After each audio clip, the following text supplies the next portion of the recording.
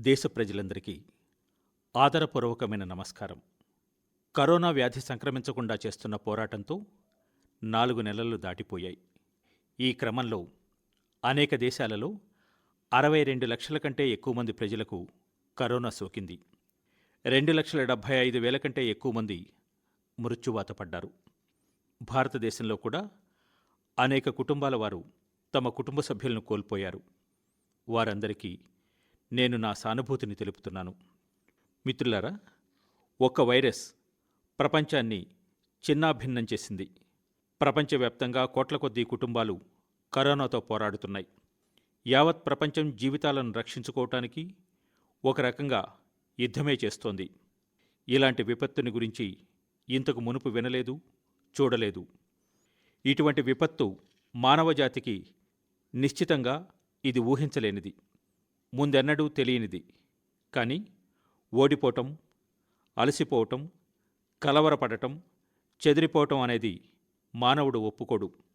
ఇప్పుడు మనల్ని మనం రక్షించుకోవాలి, ముందుకు సాగాలి కూడా. ఇప్పుడు మనం మన సంకల్పాలని మరింత దృఢంగా చేయాలి.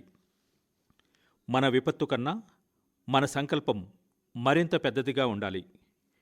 మిత్రులారా, 21వ శతాబ్దం భారతదేశానిదని మనం గత శతాబ్దం నుంచి వింటూ వచ్చాం. కరోనా కంటే ముందరే మనకు ప్రపంచాన్ని, విశ్వ వ్యవస్థని విస్తృతంగా చూసే అవకాశం లభించింది. కరోనా విపత్తు తర్వాత కూడా ప్రపంచంలో ఏర్పడుతున్న స్థితిని మనం గమనిస్తున్నాం. ఈ 2 కాలాలలోనూ భారతదేశం దృష్టితో చూస్తే ఏమనిపిస్తోందంటే, ఈ 21వ శతాబ్దాన్ని మనం సొంతం చేసుకోవటం అనేది మన కల మాత్రమే కాదు, మన బాధ్యత కూడా. కానీ దానికి మార్గమేమిటి? దీనికి మార్గం ఒకటే అని ఇవాల్టి ప్రపంచ స్థితి తెలుపుతుంది. అదేమిటంటే ఆత్మనిర్భరమైన భారతదేశం. మన శాస్త్రాల్లో కూడా ఇదే చెప్పారు. భారతదేశం ఆత్మనిర్భరంతో ఉండాలని. మిత్రులారా, ఒక దేశంగా మనం ఇవాళ ఒక ముఖ్యమైన మలుపులో నిలబడి ఉన్నాం. ఇంత పెద్ద ఆపద భారతదేశానికి ఒక సంకేతాన్ని, సందేశాన్ని తెచ్చింది. ఒక అవకాశాన్ని కూడా తెచ్చింది. నేను ఒక ఉదాహరణతో నా మాటల్ని చెప్పడానికి ప్రయత్నిస్తాను. కరోనా విపత్తు మొదలైనప్పుడు భారతదేశంలో ఒక పీపీఈ కిట్ కూడా తయారుగా లేదు. N95 మాస్క్ ఉత్పాదన నామమాత్రంగా ఉండేది. ఇవాళ భారతదేశంలో ప్రతిరోజు 2 లక్షల పీపీఈ కిట్లు, 2 లక్షల N95 మాస్కులు తయారవుతున్నాయి. భారతదేశం ఆపదని అవకాశంగా మలుచుకుంది. ఆపదని అవకాశంగా మలుచుకునే ఈ దృష్టికోణం మన సంకల్పమైన ఆత్మనిర్భర భారతదేశానికి ఎంతో ప్రభావవంతమైనది. మిత్రులారా, ఇవాళ విశ్వంలో ఆత్మనిర్భరత అనే పదానికి ఉన్న అర్థాలు పూర్తిగా మారిపోయాయి. గ్లోబల్ ప్రపంచంలో ఆత్మనిర్భరత అనే పదానికి అర్థం మారిపోతోంది. ధనమే మూలంగా ప్రపంచీకరణ పేరుతో మనిషే మూలంగా ప్రపంచీకరణ అనే చర్చ ఇవాళ జోరుగా సాగుతోంది. ప్రపంచం ముందర భారతదేశ ప్రాథమిక చింతన ఆశాకిరణంగా కనిపిస్తోంది. భారతదేశ సంస్కృతి, భారతదేశ సంస్కారం మన ఆత్మనిర్భరత గురించి మాట్లాడతాయి. ఆ ఆత్మనిర్భరత తాలూకు ఆత్మ వసుదైక కుటుంబం, అంటే విశ్వమంతా ఒకే కుటుంబం అనే అర్థం. భారతదేశం ఆత్మనిర్భరత గురించి మాట్లాడేటప్పుడు అది ఆత్మకేంద్రిత దృష్టితో మాట్లాడటం లేదు. భారతదేశ ఆత్మనిర్భరతలో ప్రపంచం సుఖ సంతోషాలు, సహకారం, శాంతి గురించిన ఆలోచన ఉంటుంది.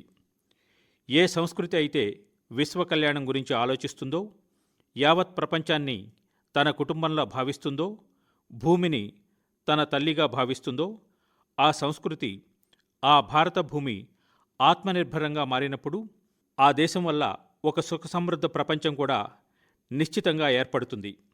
భారతదేశ ప్రగతిలో ఎప్పుడూ కూడా ప్రపంచ అభివృద్ధి కూడా భాగమై ఉంది. భారత లక్ష్యాల ప్రభావం, భారత పనితీరు ప్రభావం విశ్వ కళ్యాణంపై పడింది. భారతదేశం బహిరంగ మలమూత్ర విసర్జన నుంచి విముక్తి పొందినప్పుడు ప్రపంచ చిత్రాన్ని కూడా మారుస్తుంది. టీబీ, పోషకాహార లోపం, పోలియో, ఏ వ్యాధితో పోరాటమైనా ఆయా భారతదేశ ఉద్యమాల ప్రభావం ప్రపంచంపై పడుతుంది. గ్లోబల్ వార్మింగ్కి వ్యతిరేకంగా భారతదేశం ప్రపంచానికి ఇచ్చిన సౌలభ్యం ఇంటర్నేషనల్ సోలార్ అలయన్స్. మానవ జీవితాలను ఒత్తిడి నుంచి విముక్తి చేయటానికి ప్రపంచానికి భారతదేశం ఇచ్చిన బహుమతి అంతర్జాతీయ యోగా దినోత్సవం. జీవన మరణ సమస్యతో పోరాడుతున్న ప్రపంచానికి భారతదేశం అందిస్తున్న మందులు ఒక కొత్త ఆశను అందిస్తున్నాయి. వీటన్నిటి వల్ల భారతదేశానికి ప్రపంచవ్యాప్తంగా ఎన్నో ప్రశంసలు లభించటం సాధారణమైన విషయమే. ప్రతి భారతీయుడు గర్వించదగ్గ విషయం. మానవజాతి కళ్యాణానికి భారతదేశం ఎంతో ఇవ్వగలదని, ఎంతో మేలు చేయగలదని ప్రపంచానికి నమ్మకం కలుగుతోంది. కానీ అది ఎలా అన్న ప్రశ్నకి జవాబు కూడా ఉంది. 130 కోట్ల దేశ ప్రజల ఆత్మనిర్భర సంకల్పమే. మిత్రులారా, మనకు శతాబ్దాల గౌరవపూర్వకమైన చరిత్ర ఉంది. భారతదేశం సుభిక్షంగా ఉండేది, సంపన్నంగా ఉండేది. బంగారు పిచ్చుక అనేవారు మన దేశాన్ని. అప్పుడు కూడా విశ్వకళ్యాణం దిశగానే నడిచేది మన భారతదేశం. కాలం మారింది. దేశం బానిసత్వ సంకెళ్లలో చిక్కుకుని అభివృద్ధి కోసం ఆరాటపడ్డాం. ఇవాళ మళ్లీ భారతదేశం అభివృద్ధి దిశగా విజయాల బాటలో పయనిస్తోంది. విశ్వకళ్యాణం దిశగా నిశ్చయంగా అడుగులేస్తోంది. గుర్తు తెచ్చుకోండి, ఈ శతాబ్దం మొదట్లో Y2K సంక్షోభం వచ్చింది. భారతదేశ టెక్నాలజీ ఎక్స్పర్ట్స్ ఆ ఆపద నుండి దేశాన్ని రక్షించారు. ఇవాళ మన వద్ద సాధనాలు ఉన్నాయి, మన వద్ద సామర్థ్యం ఉంది, ప్రపంచంలోకెల్లా గొప్ప ప్రతిభ ఉంది. మనం బెస్ట్ ప్రొడక్ట్స్ తయారు చేద్దాం, సరఫరా వ్యవస్థని ఇంకా ఆధునికంగా మారుద్దాం, మన క్వాలిటీని ఇంకా మెరుగుపరుద్దాం. ఇది మనం చెయ్యగలం, తప్పక చేస్తాం కూడా. నేను నా కళ్ళ ముందరే కచ్ భూకంపాన్ని చూశాను. ప్రతివైపున కేవలం ఆక్రందనలు ఉన్నాయి. అంతటా ధ్వంసమైంది. మృత్యు కంబళిని కప్పుకుని కచ్ నిద్రపోయినట్లు అనిపించింది. ఆ పరిస్థితుల్లోంచి బయటపడగలమని ఎవరూ అనుకోలేదు. కానీ చూస్తుండగానే కచ్ లేచి నిలబడింది, మళ్లీ నడక సాగించింది అభివృద్ధి వైపుకి. ఇది మన భారతీయుల సంకల్పశక్తి.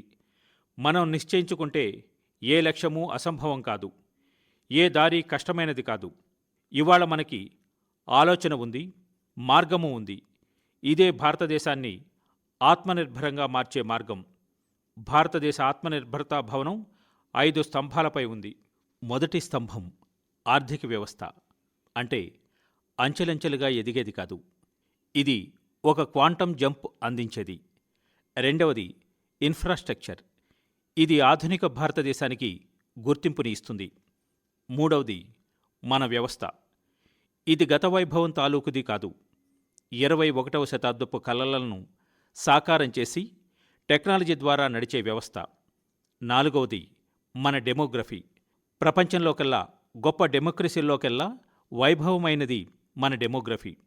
మన బలం, మన ఆత్మనిర్భర భారతదేశానికి ఒక శక్తి కేంద్రం. ఐదవది డిమాండ్. మన ఆర్థిక వ్యవస్థలో డిమాండ్ సప్లై అనే చక్రంలో ఉన్న శక్తి, దాన్ని పూర్తిగా వాడుకోవాల్సిన అవసరం ఉంది. దేశంలో డిమాండ్ పెంచడానికి, దాన్ని పూర్తి చేయడానికి ఈ సప్లై చైన్లోని వారందరూ సశక్తంగా ఉండటం ముఖ్యం. మన సరఫరా వ్యవస్థని మనం బలోపేతం చేయాలి. అందులో మన దేశపు మట్టి పరిమళం, మన రైతుల చెమట తాలూకు సువాసనలు ఉండాలి.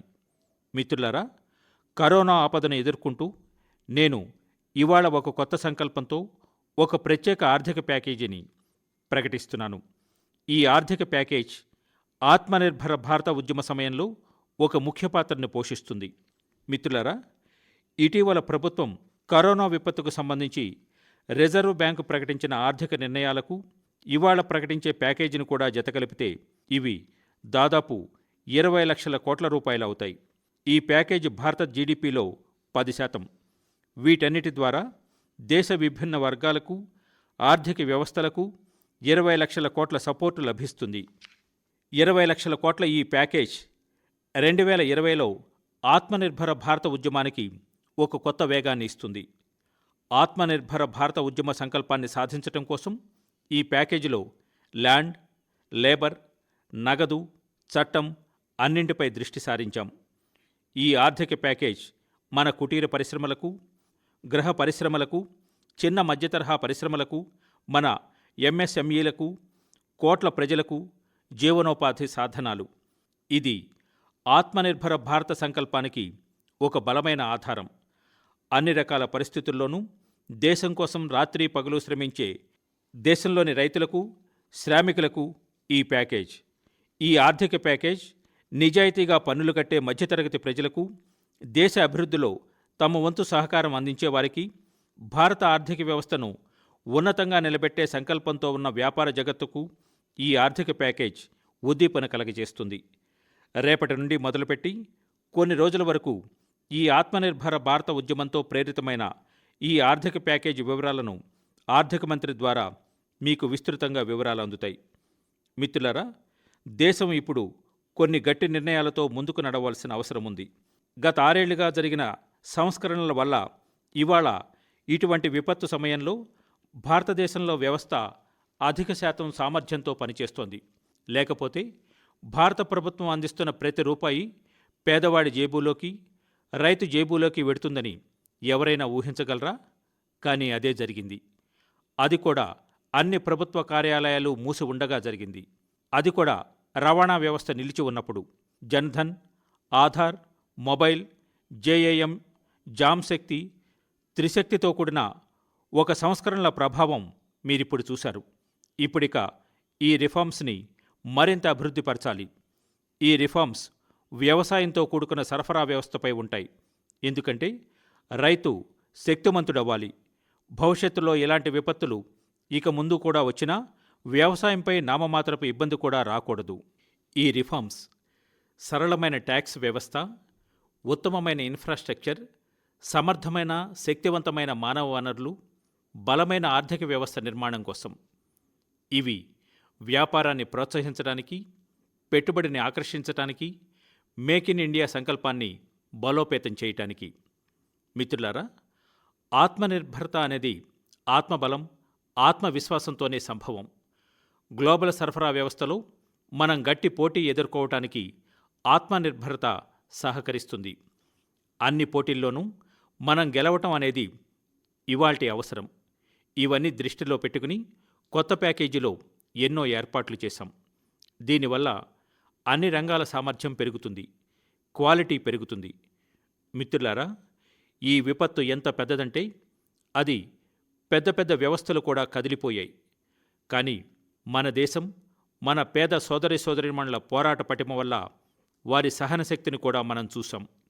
మన శ్రామిక మిత్రులు, రోజూ రోడ్లపై అమ్ముకునేవారు, ఇళ్లలో పనిచేసేవారు, వారంతా ఇబ్బందులు పడ్డారు, కష్టాలు పడ్డారు, ఎన్నో త్యాగాలు చేశారు. మన జీవితాల్లో ఈ రోజువారీ శ్రామికులు లేని లోటును అందరూ గమనించారు. వారిని మనం ఇప్పుడు ఆర్థికంగా బలోపేతం చేయడానికి కొన్ని నిర్ణయాలు తీసుకోవలసి ఉంటుంది. సంఘటిత కార్మికులైనా, అసంఘటిత కార్మికులైనా, వలస కూలీలైనా, జాలర్లు, పేదలు అందరి కోసం ఆర్థిక ప్యాకేజీలో కొన్ని ముఖ్యమైన నిర్ణయాలు ప్రకటించబడతాయి. మిత్రులారా, లోకల్ తయారీ, లోకల్ పంపిణీ వ్యవస్థ ప్రాముఖ్యాన్ని గురించి కరోనా మనకి తెలియచేసింది. ఆపద సమయంలో మనకి లోకల్ పంపిణీనే ఆదుకుంది. లోకల్ మన అవసరమే కాదు, మన బాధ్యత. లోకల్ని మన జీవిత మంత్రంగా చేసుకోవాలని ఈ సమయం మనకు నేర్పించింది. మీకు ఇవాళ గ్లోబల్ బ్రాండ్స్ అనిపించేవి కూడా ఒకప్పుడు లోకల్గా ఉన్నవే. కానీ అక్కడి ప్రజలు మెచ్చటం వల్ల అవన్నీ గ్లోబల్ బ్రాండ్స్ అయ్యాయి. కాబట్టి ఇవాళ నుంచి ప్రతి భారతీయుడు మన లోకల్ ప్రొడక్ట్స్ కోసం వోకల్ అవ్వాలి. లోకల్ కోసం ప్రచారం చేయాలి. ఆ ప్రొడక్ట్స్ కొనాలి, వాటికి ప్రచారం ఇవ్వాలి. మన దేశం అలా చేయగలదని నాకు పూర్తి నమ్మకం. మీరంతా మీ ప్రయత్నాలతో నాకెంతో ప్రేరణను ఇచ్చారు. గతంలో నేను ఖాదీ, హ్యాండ్లూమ్ గురించి చెప్పినవన్నీ మీరు అమలు చేసినప్పుడు నేను గర్వపడ్డాను. ఇది చిన్న ప్రయత్నమే అయినా మంచి పరిణామం లభించింది. కరోనా ఇంకా కొంతకాలం పాటు ఉంటుందని సైంటిస్టులు, నిపుణులు చెప్తున్నారు. కానీ మనం కరోనాకు భయపడి జీవితాన్ని ఆపేసుకోలేం. మనం మాస్క్ పెట్టుకుని, దూరాన్ని పాటిస్తూ మన లక్ష్యాలను మరవకుండా ఉందాం. మన లాక్డౌన్ 4 కొత్తగా ఉంటుంది. కొత్త నియమాలతో, కొత్త రంగులతో ఉంటుంది. దీనికి సంబంధించిన వివరాలు మీకు మే 18కి ముందరే అందించబడతాయి. మనం నియమాలను పాటిస్తూ, మనం కరోనా పనిపడుతూ ముందుకు సాగుతాం అని నాకు పూర్తి నమ్మకం. మిత్రులారా, సర్వమాత్మవశం సుఖం అన్నారు పెద్దలు. మన నియంత్రణలో ఉన్నదే సుఖం. ఆత్మనిర్భరత మనకి సుఖ సంతోషాలను ఇస్తూనే సశక్తులుగా చేస్తుంది. మన 21వ శతాబ్దపు సంకల్పం మన ఆత్మనిర్భరత సంకల్పంలోనే ఉంది. ఈ బాధ్యతకి 130 కోట్ల ప్రజల ప్రాణశక్తి ద్వారానే శక్తి లభిస్తుంది. మన భారతవాసులకు ఈ ఆత్మనిర్భరత భారత యుగం ఒక నూతన పర్వం. ఒక కొత్త ప్రాణశక్తితో మనం ముందుకు నడవాలి. కర్తవ్య భావంతో, కర్మణతో, కౌశల్యంతో అందరమూ ఉంటే ఆత్మనిర్భర భారతదేశ నిర్మాణాన్ని ఎవరు ఆపగలరు? మన భారతదేశాన్ని మనం ఆత్మనిర్భరంగా తయారు చేసి తీరుతాం. ఈ సంకల్పంతో, నమ్మకంతో నేను మీ అందరికీ అనేకానేక శుభాకాంక్షలు తెలియచేస్తున్నాను. మీరు మీ ఆరోగ్యం, మీ కుటుంబ సభ్యుల శ్రేయోభిలాషుల ఆరోగ్యం పట్ల జాగ్రత్త వహించండి. అనేకానేక ధన్యవాదాలు.